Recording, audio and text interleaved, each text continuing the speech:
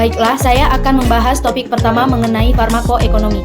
Farmakoekonomi adalah studi yang mengukur dan membandingkan antara biaya dan hasil atau konsekuensi dari suatu pengobatan dengan biaya yang lebih efisien dan serendah mungkin. Tujuan dari farmakoekonomi adalah membandingkan obat yang berbeda untuk pengobatan pada kondisi yang sama. Selain itu, juga dapat membandingkan treatment yang berbeda yang lebih efisien. Di sini kami memilih menjual tape singkong. Adapun manfaat dari tape singkong ini adalah yang pertama baik untuk pencernaan, yang kedua sumber karbohidrat yang baik, yang ketiga mengontrol tekanan darah, yang keempat mencegah anemia, yang kelima memelihara otot dan saraf, yang keenam nutrisi bagi tulang dan sendi, dan yang ketujuh mengeluarkan racun dalam tubuh. Selanjutnya, singkong dengan metode analisis biaya dan manfaat atau payback periode dan return on investment, biaya pengaduan atau procurement cost. Di sini ada beberapa alat yang diperlukan. Yang pertama itu ada kompor berjumlah 1 unit dengan harga satuan 300.000 dan jumlah harga keseluruhan 300.000. Yang kedua ada gas berjumlah 1 unit, harga satuan 50.000 dan jumlah harga keseluruhan 50.000. Yang ketiga panci berjumlah 1 unit dengan harga satuan 100.000, jumlah harga keseluruhan 100.000. Yang keempat ada baskom jumlah 1 unit dengan harga satuan 50.000 dan jumlah harga keseluruhan 50.000. Yang kelima ada daun pisang berjumlah 3 lembar unit dengan harga satuan 5.000, jumlah harga keseluruhan 15.000. Yang keenam ada plastik berjumlah 2 ons dengan harga satuan 6.000 dan jumlah harga keseluruhan 12.000. Dan total harga keseluruhannya Rp527.000. Selanjutnya ada biaya persiapan operasi atau start-up cost. Ada 2 bahan yang digunakan. Yang pertama ada ubi kayu berjumlah 60 kg dengan harga Rp180.000. Yang kedua ada ragi tape berjumlah 6 keping dengan harga Rp8.000. Jadi total keseluruhan biayanya yang diperlukan adalah Rp188.000. Untuk biaya operasional di atas merupakan biaya untuk 7 hari, sehingga diperoleh Rp188.000 dibagi 7 hari dikali 30 hari sama dengan Rp805.714 untuk 1 bulan. Maka biaya yang dikeluarkan selama 2 bulan adalah Rp805.714 dikali 2 bulan, hasilnya Rp1.611.000.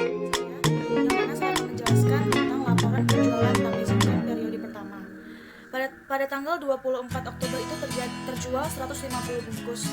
Lalu pada tanggal 26 terjadi penurunan penjualan yaitu sekitar 75 bungkus. Begitu juga seterusnya sampai pada tanggal 30 Oktober terjadi penurunan, terjual hanya 35 bungkus. Lalu pada tanggal 31 Oktober terjadi peningkatan penjualan yaitu sebanyak 53 bungkus. Total biaya pada penjualan periode pertama yaitu sekitar Rp388.000. Kemudian, laporan penjualan tape singkong periode kedua yaitu pada tanggal 2 November terjual 83 bungkus. Pada tanggal 3 terjadi penurunan yaitu sekitar terjual 80 bungkus. Lalu pada tanggal 5 November terjadi peningkatan kembali terjual 95 bungkus. Kemudian pada tanggal 7 terjadi penurunan lagi. Lalu pada tanggal 13 terjadi peningkatan yang sangat signifikan yaitu terjual sebanyak 100 bungkus. Total biaya pada penjualan tape singkong periode kedua yaitu sebanyak Rp573.000.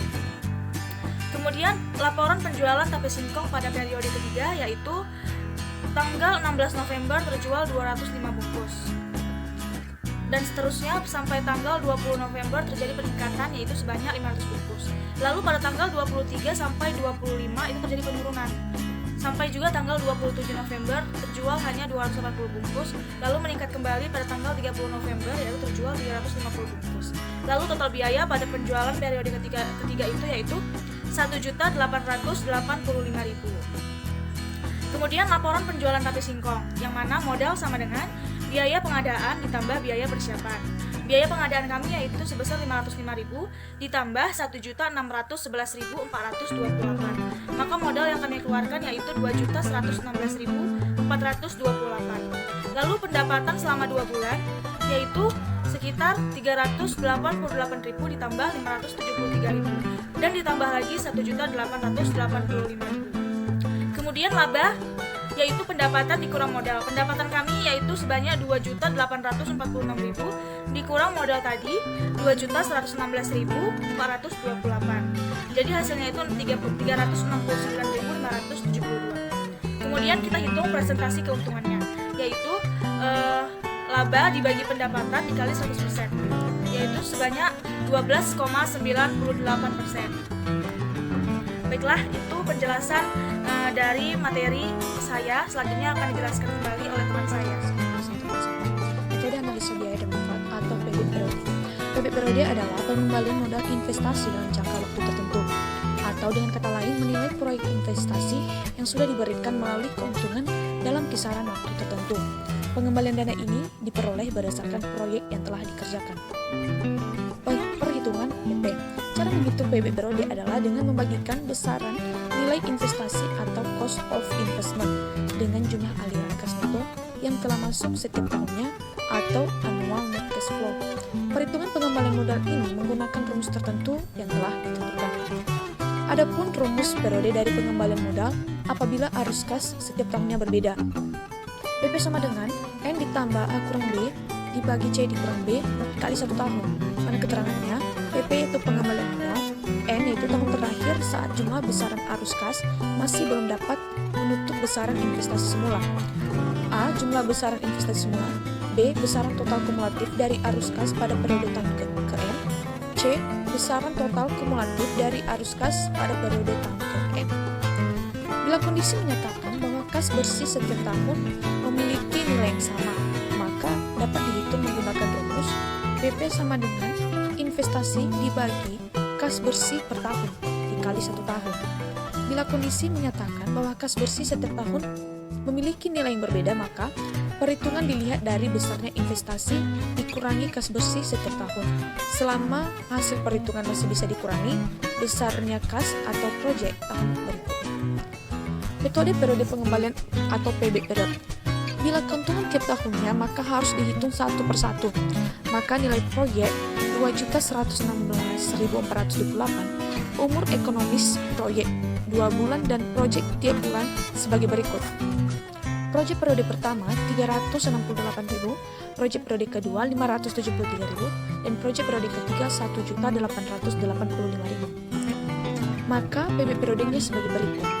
Nilai investasi 2.116.428 dikurang 388.000, maka sisa investasi periode pertama sama dengan 1.728.428. Sisa investasi periode kedua 1.728.428 dikurang proyek periode kedua 573.000. Hasilnya, sisa investasi periode ketiga 1.155.428. Proyek periode ketiga ditambah proyek periode ketiga 1.885.000, sisa investasi 729.572. Baik, sekian dari pembahasan saya dan akan dilanjutkan oleh teman saya.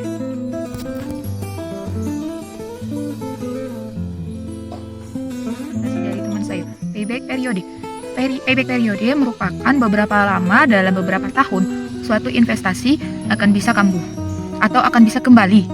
Periode payback menunjukkan perbandingan antara initial investment dengan aliran kas tahunan. Menentukan layak atau tidaknya investasi dilihat dari perbandingan masa payback period dengan target lama kembalian investasi. Proyek layak apabila PP atau payback periode lebih dari target kembali investasi. Sedangkan proyek tidak layak apabila PP atau payback periode kurang dari target kembali investasi. Maksimum payback periode sama dengan 2 bulan investasi atau investasi diterima. Bila maksimum payback periode kurang dari 2 bulan, maka investasi ditolak. Return on investment atau ROI adalah rasio yang menunjukkan hasil dari jumlah aktiva yang digunakan dalam perusahaan atau suatu ukuran tentang efisien manajemen rasio yang menunjukkan hasil dari seluruh aktiva yang dikendalikan dengan mengabaikan sumber pendanaan. Rasio biasanya diukur dengan presentasi.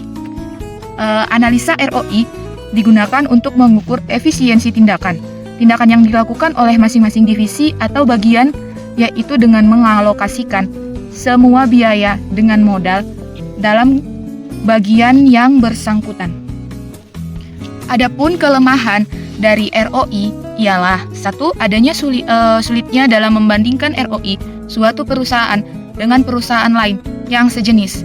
Hal ini karena terkadang praktik akuntansi yang digunakan oleh masing-masing perusahaan berbeda-beda. Perbedaan metode ini dalam penilaian antara perusahaan yang satu dan yang lainnya dapat memberi gambaran yang salah. Kelemahan lainnya yaitu dapat berupa terletak pada adanya fluktuasi nilai dari uang atau daya belinya.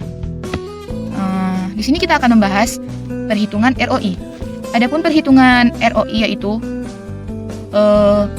Return on Investment, yaitu menggunakan rumus ROI sama dengan total manfaat dikurang total biaya dikali 100% dibagi total biaya. Return of Investment ROI atau metode pengembalian investasi.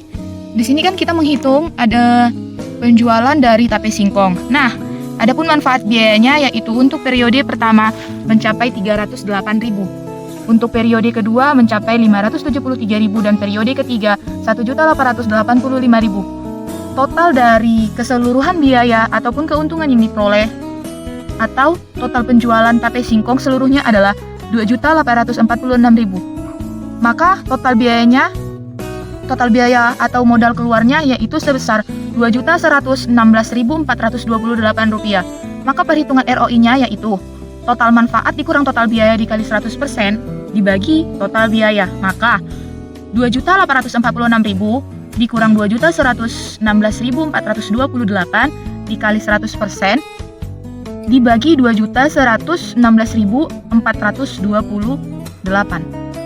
sama dengan 34,47%. Jadi, proyek ini dapat diterima karena memberikan keuntungan sebanyak 34,47% atau 34,47% dari biaya investasi. Sekian dari saya, terima kasih.